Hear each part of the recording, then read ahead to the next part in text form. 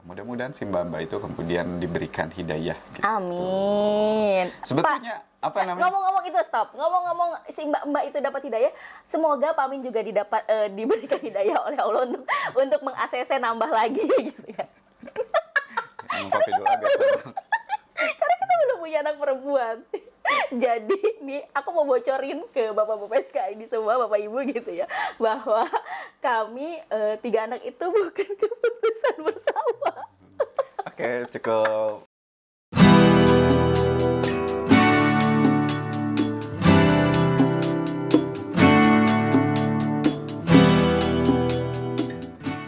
Bismillahirrahmanirrahim. Assalamualaikum warahmatullahi wabarakatuh. Waalaikumsalam warahmatullahi wabarakatuh.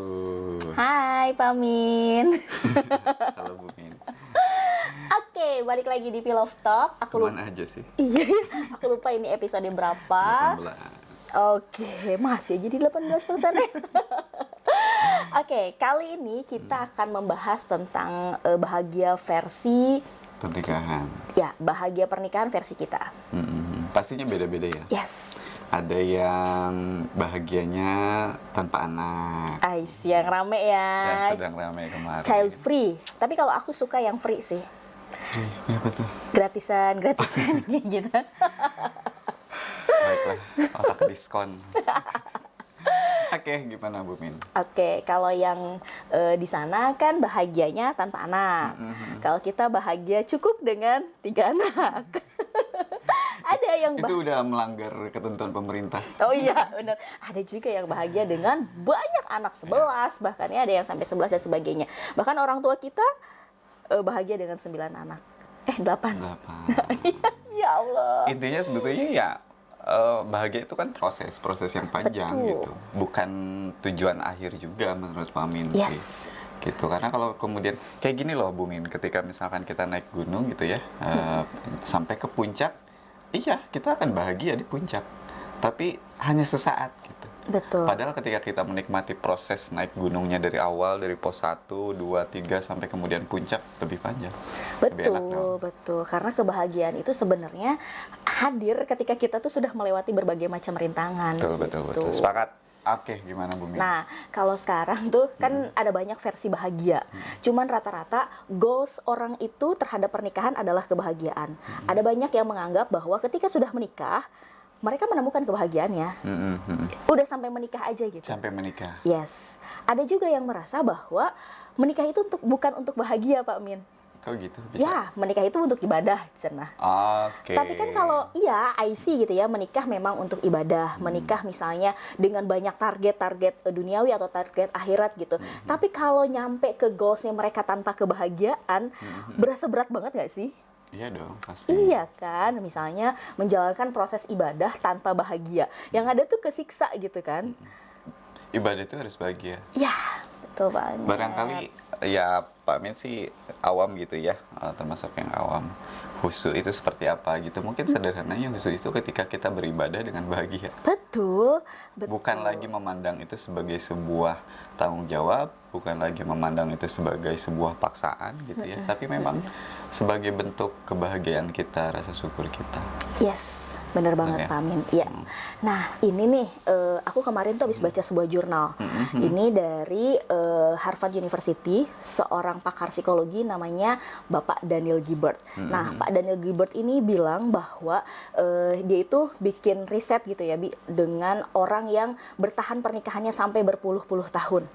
Oke, ditanya dong, apa sih yang membuat mereka bertahan sampai berpuluh-puluh tahun gitu ya. Ada yang memang bahagia dan tidak gitu. Nah, terus dibagi 2 kelompok gitu. Yang bahagia ini mereka bukan karena faktor ekonomi. Beneran? Yes. Masa sih? Bener, bahagianya itu bukan karena faktor ekonomi dan bukan karena komunikasi. Wow. Padahal kan di Indonesia ekonomi jadi faktor yang paling besar penyebab perceraian. Ya, memang sih hari ini ya. Atau bisa jadi sebetulnya itu pemicu aja. Ekonomi itu pemicu aja. Karena kalaupun misalnya ada sih orang yang ekonominya terbatas gitu ya, tapi kemudian karena merasa bahagia dengan pasangannya gitu, jadi berasa berkelimpahan. Iya. Ya kan? Nah, kita juga bukan tipe orang yang, maksudnya bukan yang kaya-kaya banget gitu, tapi we are happy gitu. Nah, si Pak Daniel Gilbert itu kemudian bikin riset lagi nih sama orang-orang yang bahagia dengan pernikahannya gitu. Ternyata bukan faktor ekonomi yang membuat mereka bahagia, bukan juga komunikasi, tapi itu kenapa coba Bi? Yang aku shock. Apa ya? Karena satu sama lain itu lebay. Satu sama lain baik. Yes, ini namanya teori impact bias. Jadi nih, laki-laki yang mempertahankan istrinya karena dia melebay-lebaykan kebahagiaannya.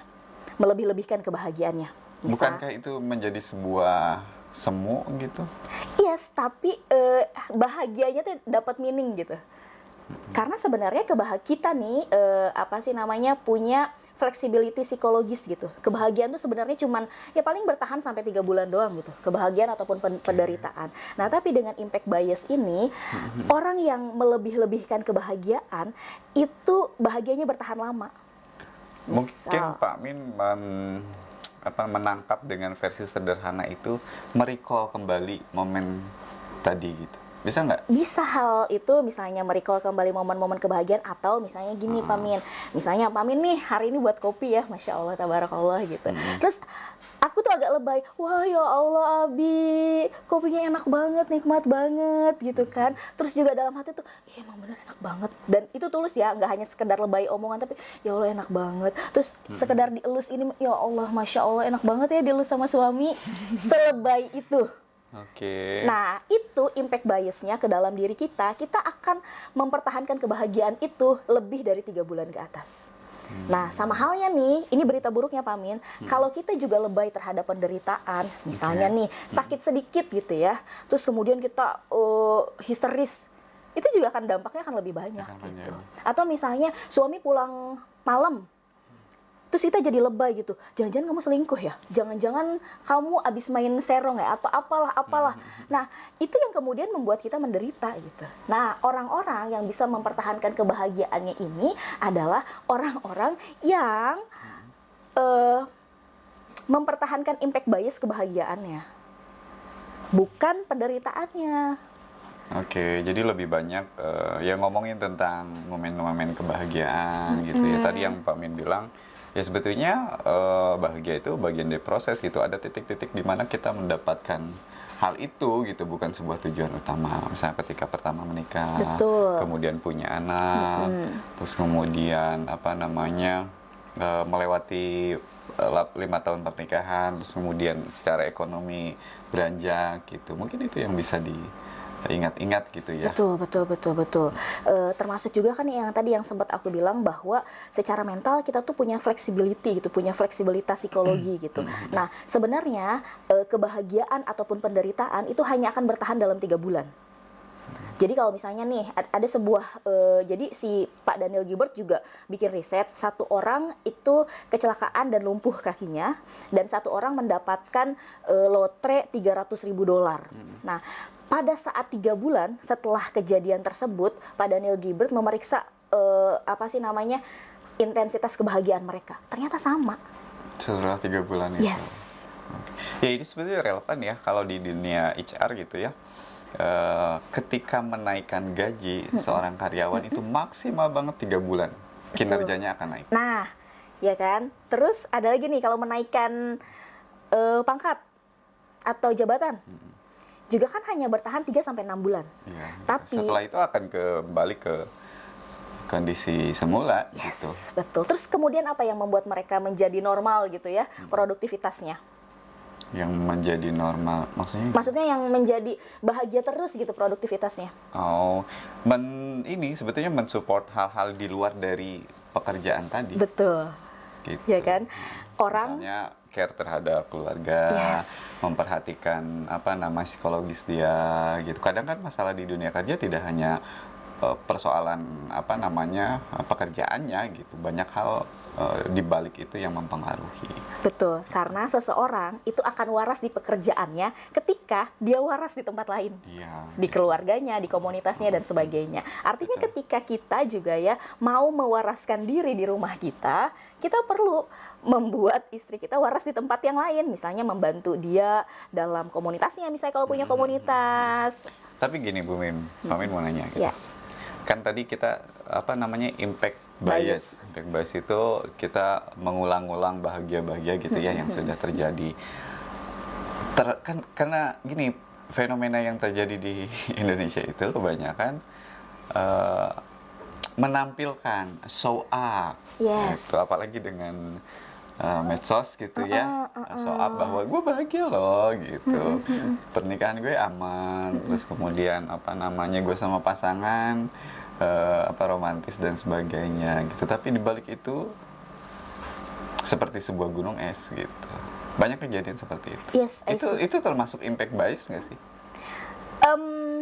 Tergantung niatnya. Karena kan kebahagiaan itu bukan faktor eksternal, Pamin. Kebahagiaan itu faktor internal. Misal nih, ketika kita memposting sesuatu yang bahagia dengan niat gitu ya, intentionnya adalah pamer orang lain, ke oke. orang, menunjukkan bahwa kita bahagia, padahal kita tidak bahagia nih di internal kita, ya nggak bahagia. Oh, I see. Berarti konteksnya adalah impact bias itu berlaku untuk lingkungan di mana kita berada gitu ya? No, impact bias itu berlaku untuk internal, untuk diri kita, pribadi kita. Misalnya nih, even aku dikasih uang 20.000 gitu ya, tapi aku menganggap itu, ya Allah, suamiku romantis banget ngasih aku 20.000. Ini kan terjadi di diri kita kan, di pribadi kita ya. Itu yang kemudian membuat kita tuh ranahnya happy. personal, impact bias itu. Betul, karena kenapa mikirin yang ranah personal, banyak banget sekarang nih istri-istri itu yang lebaynya salah, Pak Min. Misalnya dikasih uang sama suami, ya memang sudah mampunya segitu gitu ya, misalnya 10 juta per bulan gitu ya. Tapi jadi lebaynya, ya Allah cuman segini doang dapatnya, padahal kan pinginnya lebih banyak lagi. Tahu nggak sih, pengeluaran tuh ini itu segala rupa. Nah ini juga impact bias, penderitaan gitu. Bukannya bersyukur malah jadi menderita karena pikirannya sendiri gitu. Oke. Gitu. Ya, dapat clue-nya. The point adalah poinnya bersyukur, perbanyak syukur. Gitu. Meskipun dalam kondisi yang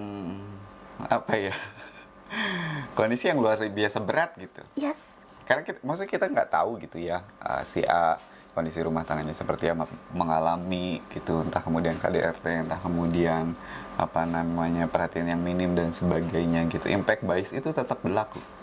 Sampai batas mana sih? Buat personal ya, buat personal ya Pak Min ya.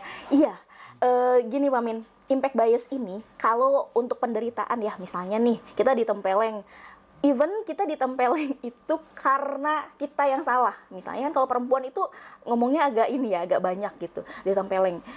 Terus ya udah, kita pahami bahwa suami ketika menempeleng itu tuh dia salah, dia pakai tangan, tapi kita juga ngerasa salah gitu. Oh ya udah. Tapi kalau kemudian kita jadi ngerasa, ya Allah kamu nempelin aku, kamu tuh udah gak sayang aku, kamu tuh begini, kamu tuh begitu. Nah itu impact bias, penderitaan. Akan makin menderita lagi. Padahal nih, secara fleksibilitasnya, kalau kita biasa aja, itu tuh akan hilang gitu. Kayaknya Pak Min pernah menemukan versi itu. Kayak gimana Pak Min? Ya begitulah, kalau sakit ya lebay siapa gitu ya. Pak Min gak usah curhat di sini. Tapi emang bener kan? Impact bias itu kalau menurut aku sesuatu yang luar biasa sih. Jadi kalau kita tahu ya, ketika penderitaan yang akan makin menderita gitu kalau kita lebay. Ketika kita bahagia, ya kita juga akan makin bahagia kalau kita lebay dalam bersyukur ya. Ini kalau disambungin nih sama ayat Al-Quran gitu ya, ketika kamu bersyukur maka Allah akan tambah lagi nih syukurnya. Agak melenceng jauh nih ya Bu Min pertanyaannya. Fenomena child free yang kemarin, Oke. bagian dari impact bias nggak? Menurut Pak Min gimana? Ini balik nanya. Menurut Pak Min gimana?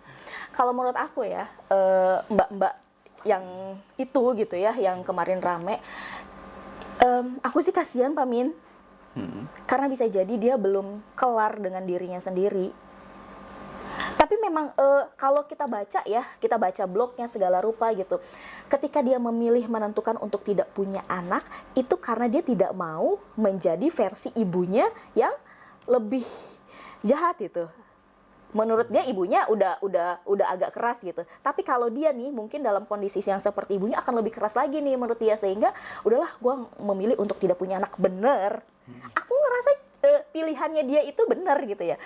Kalaupun saat itu gitu ya, dengan aku tahu fenomena ini gitu kan, terus juga aku belum selesai dengan diriku sendiri, aku juga mungkin memilih untuk tidak punya anak karena mungkin akan kebanyakan dosa kalau punya anak. Kita juga sempat child free kan 2 tahun. Iya sih.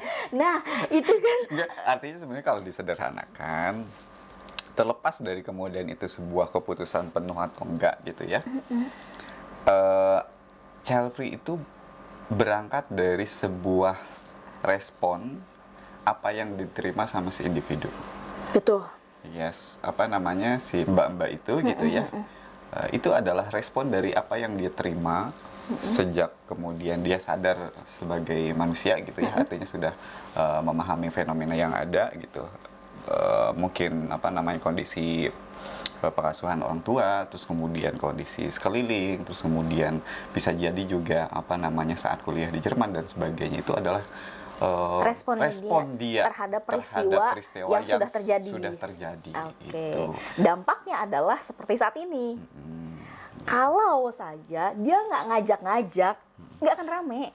Banyak Tapi kok. fenomena child free meningkat lah dari tahun ke tahun. Di Indonesia ya. Oke. Untuk di Indonesia Oke. aja. Gimana Pak Min?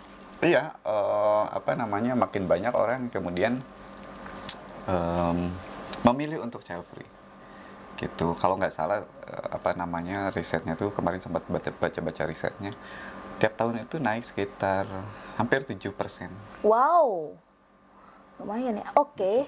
Sekarang pertanyaan buat Pak Min nih. Kalau boleh mengulang, pengen child free atau enggak? Boleh child free atau enggak?